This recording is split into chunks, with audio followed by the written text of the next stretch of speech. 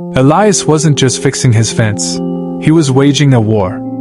Every year, the whispering plains near his olive grove sent gales so fierce they felt malicious, personal. And every year, Elias rebuilt. He spent his days in a fever of effort, driving nails until his hands bled, reinforcing wood until his back screamed. His face was a roadmap of exhaustion and resentment. The wind, to Elias, wasn't just weather, it was an enemy determined to ruin his life. It was the embodiment of every setback, the lost savings, the harsh landlord, the words he regretted saying. He woke up angry, anticipating the next gust. He went to bed defeated, mourning the work that would surely be undone by morning. He was so busy fighting the wind, he never had the energy to enjoy the sun. He just wanted the storm to stop. One biting afternoon, when the wind was ripping through his newly installed planks, Elias saw his elderly neighbor, Margot. Her own simple, low fence had collapsed, yet she was calmly sweeping dust from her porch, humming a tune. Elias felt a surge of irrational rage.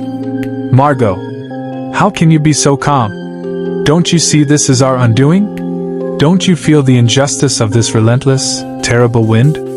Margot looked up, her expression utterly peaceful. "I feel the wind, Elias," she said, her voice softer than the rustle of dry leaves. "But I don't feel injustice."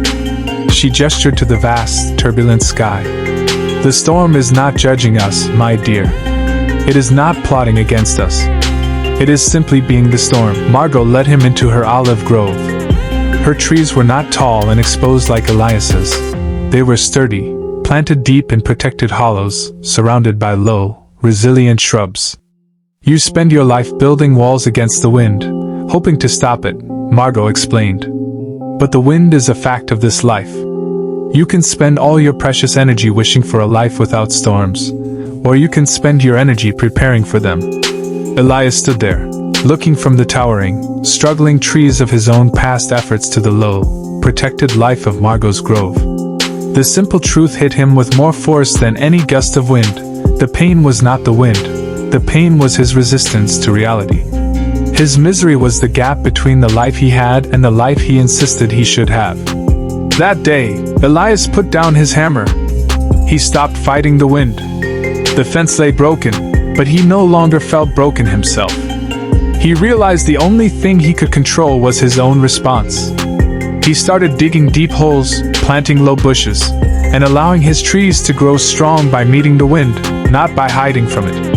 The storms still came, but they were no longer personal.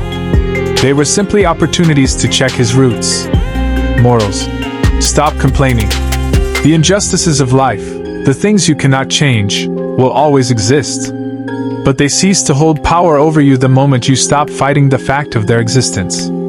True inner peace is not the absence of storms, but the wisdom to plant your roots deep,